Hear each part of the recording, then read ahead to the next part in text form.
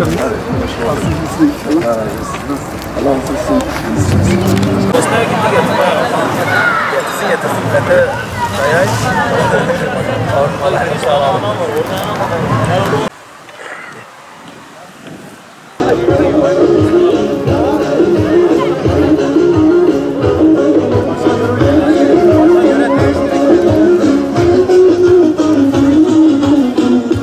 Bismillah, elhamdülillah, esselatu vesselamu ala Resulillah.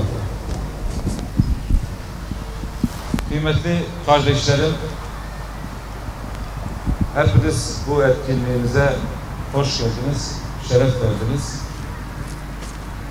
Adana il başkanımız, Mersin il başkanımız ve Tarsus ilçe teşkilatı ilçe başkanımız ve teşkilatlı buradadır.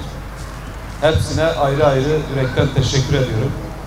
Kadın kollarımız burada, gençlik kollarımız burada.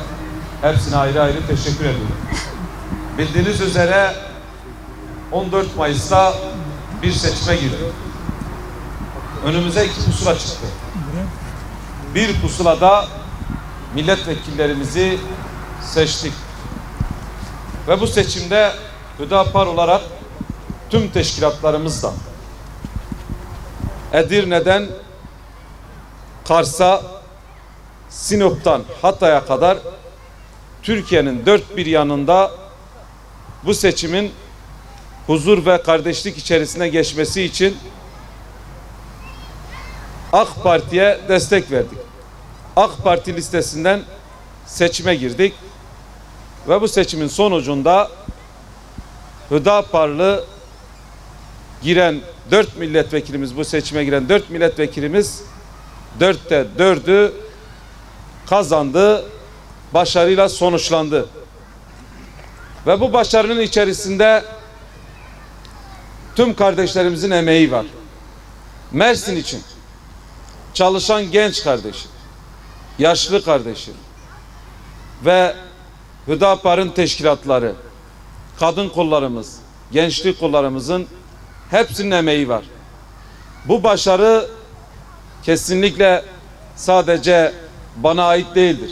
Böyle bir şey hiçbir şekilde bu söylemde bulunamayız. Bu başarı hepimizindir.